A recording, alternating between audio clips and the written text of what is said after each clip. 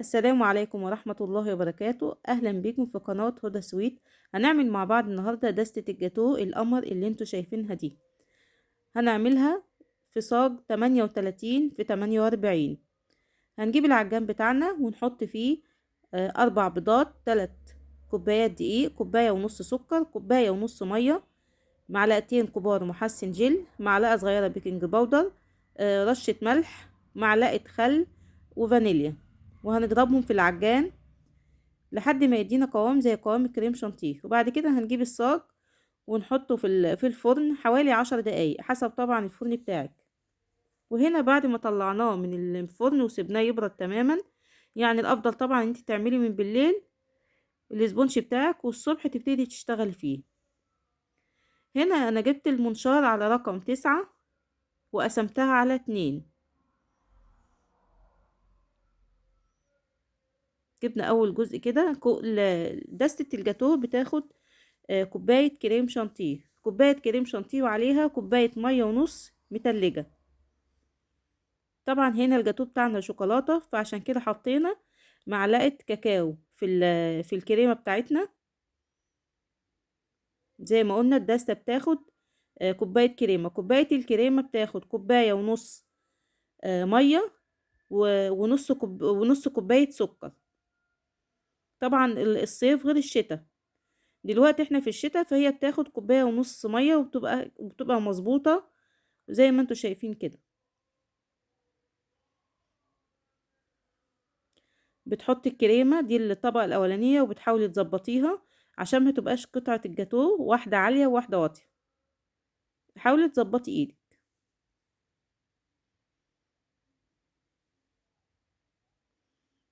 هنجيب كده الطبقة التانية. طبعا انا حطاها على حاجة بنزلها بالراحة كده، ممكن تشيلها بايدك عادي، بس هي كده بتظبط معايا اكتر. طبعا احنا شلنا الطبقة اللي فوق اللي هي فيها الزفرة بتاع البيض كلها. هنبتدي نحط الكريم شانتيه. بتحطي كمية كويسة وبتظبطيها. لو وصلتوا لحد هنا والفيديو عجبكم حطوا لايك فضلا ليس امرا، وان شاء الله تستفيدوا من الفيديوهات اللي هننزلها. هنتعلم مع بعض حاجات كتير وهنعمل حاجات كتير.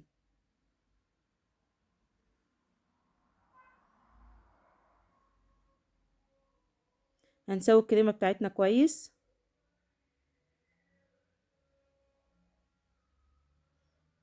انا ماسكة الاسباتولا في ايدي وبمسح فيها السكريبر عشان خاطر اعرف اظبط بيه الكريمة بتاعتي.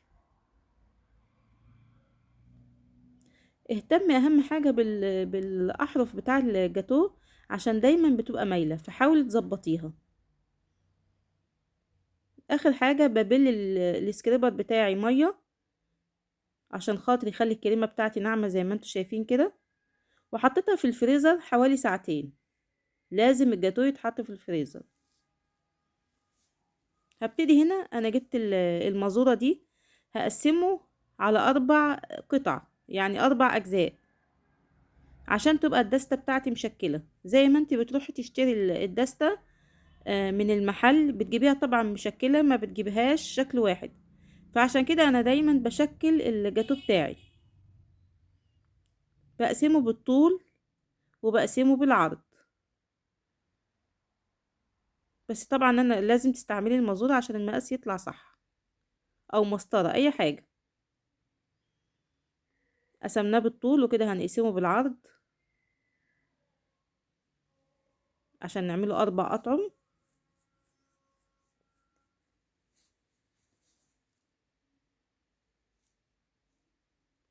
عندنا بقى اللي هي السكينة الطويلة دي بنقسم بيها. اول جزء معانا هنحط فيه جناش. جناش الشوكولاتة ده بنعمله ازاي؟ 100 جرام شوكولاتة اللي هو هيبقى القالب الشوكولاتة اللي انت بتشتريه ده، وعليه 50 جرام مية ومعلقتين زيت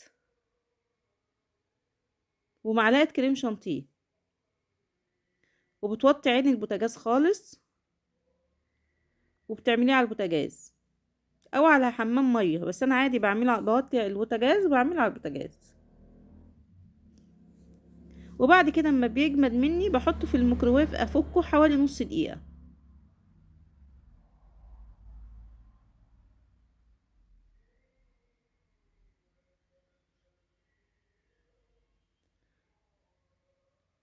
خلصنا كده الجزء اللي هو الجناش.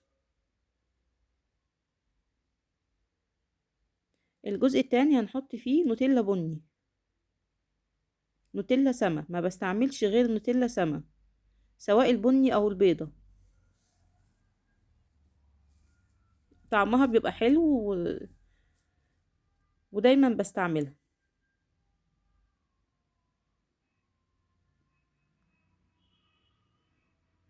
طبعا هي بتسيحيها بزيت، سواء النوتيلا البيضة او النوتيلا البني بتسيحيهم بزيت. وبرضه الروتس برضه بتعمليه بزيت.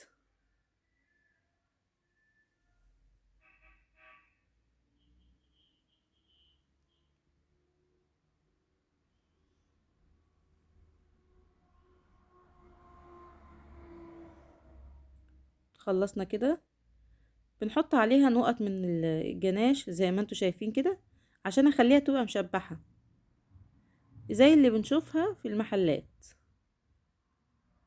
في ناس كتير ما بتبقاش عارفة الفكرة دي جت ازاي، هي سهلة جدا. جبت برضو النوتيلا البيضة،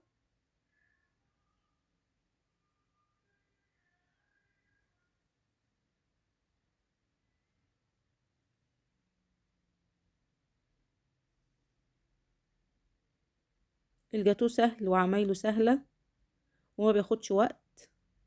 وبس اهم حاجة لازم تحطيه في الفريزر شوية عشان تعرفي تقطعيه.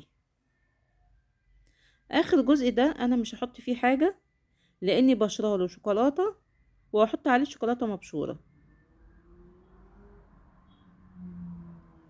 هعمل كده بعد ما اقطع الجاتو بتاعي. هنا خلصت زي ما احنا شايفين كده، ده كيس من اللي هو بتاع السبوع ده بحب استعمله، وحطيت فيه نوتيلا بيضة عملنا على الجناش، وجناش عملنا على النوتيلا البيضة.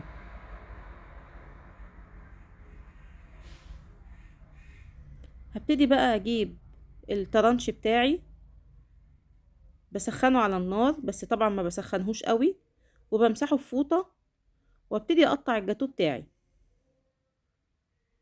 اما بيبقى عندي كمية جاتو كتير، بقوم جايبة اكبر شفشق عندي واملاه مية سخنة واحط فيه الترانش واقطع. انما هي دي دستة واحدة فما فيش مشكلة بالنسبة لي، فبسخنها كده على عين البوتاجاز وبمسحها فوطة واقطع زي ما انتوا شايفين وبتطلع زي الفل.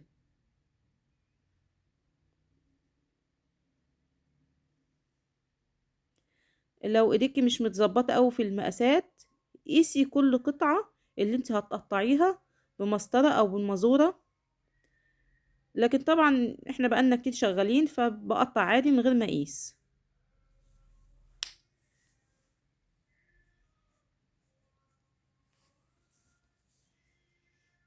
شكله حلو قوي، بسم الله ما شاء الله. القطعة كبيرة جدا، تقدميها كده لضيوفك وانتي متشرفة، يعني قد قطعة بتاعت المحلات مرتين تقريبا. يعني انا بحط الدستة دي في كرتونة بتاخد دستة ونص من بتاعة المحلات. دي الشوكولاتة اللي انا كنت بشراها.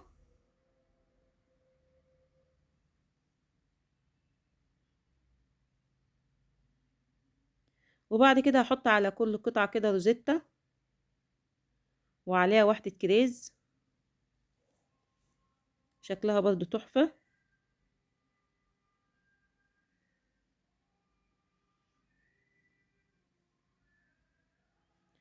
وعندي مولد سيليكون كده اللي هو الشوكة والمعلقة والسكينة، عاملة فيه شوكولاتة، مسيحة فيه شوكولاتة. عفوا، شكلها تحفة. وادي كده الدستة بتاعتنا خلصت. هنجيب بقى الكرتونة اللي هنعبي فيها، زي ما قلت لكم دي بتبقى يعني انت بتجيبيها بتقولي دستة ونص من بتوع المحلات، احنا يا دوبك بتاخد الدستة بتاعتنا. القطعة بسم الله ما شاء الله كبيرة جدا.